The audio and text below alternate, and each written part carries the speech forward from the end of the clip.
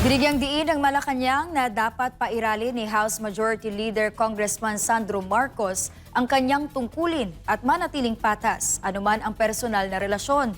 Ito'y kaugnay ng kanyang pag-akto sa impeachment complaint laban sa sariling ama na si Pangulong Ferdinand Marcos Jr. Samantala, kumpiyansa raw ang Pangulo na hindi magtatagumpay ang impeachment complaint dahil wala umano itong ginawang impeachable offense ayon sa palasyo. Si Creseling Catarong magbabalita.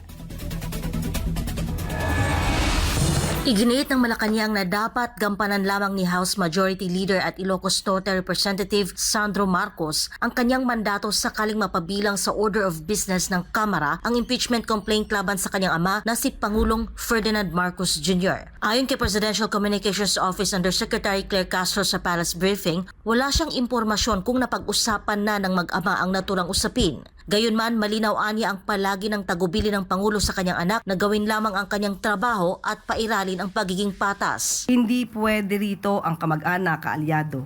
Kung ano po ang mandato ni Congressman Sandro, ipatupad niya po yon. Wala dapat siyang kinikilingan. Kahit ama niya po ang masasabing malalagay dito sa impeachment complaint.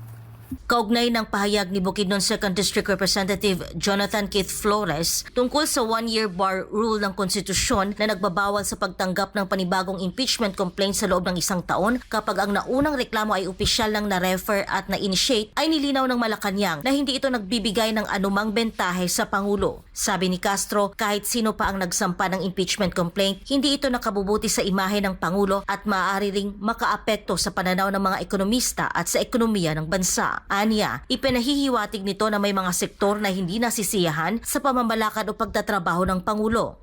Hindi po natin masasabi na ang pagpa-file ng impeachment complaint paunahan ay bentahe sa Pangulo. Kahit sino pa po ang nag-file niyan.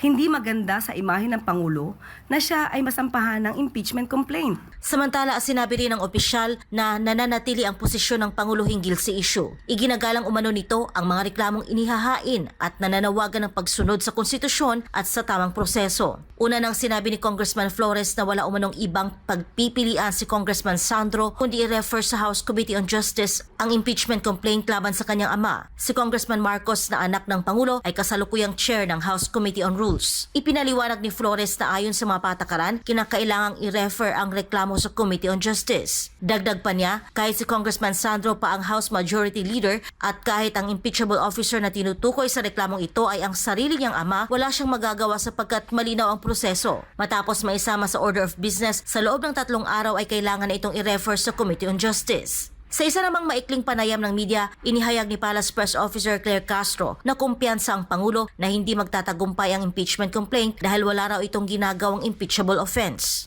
Hindi naman po siya nababahala dahil alam po niya na wala siyang ginawa na impeachable offense na maaari masabi na siya ay dapat managot. Alam po niya, muli, siya naman ay nagtatrabaho na naayos sa konstitusyon at naayos sa batas. Samantala, kinumpirma ni House Secretary General Cheloy Garafil na naipasa na sa Office of the Speaker ang impeachment complaint na inihain laban kay Pangulo Marcos Jr. para sa nararapat na aksyon. Ayon kay Garafil, ang naturang paglilipat ay hudyat ng pagsisimula ng panloob na proseso ng Kamara sa pagtupad nito sa mandato ng konstitusyon. Para sa Diyos at sa Pilipinas kung mahal, ito si Creseling Catarong, SMNI News.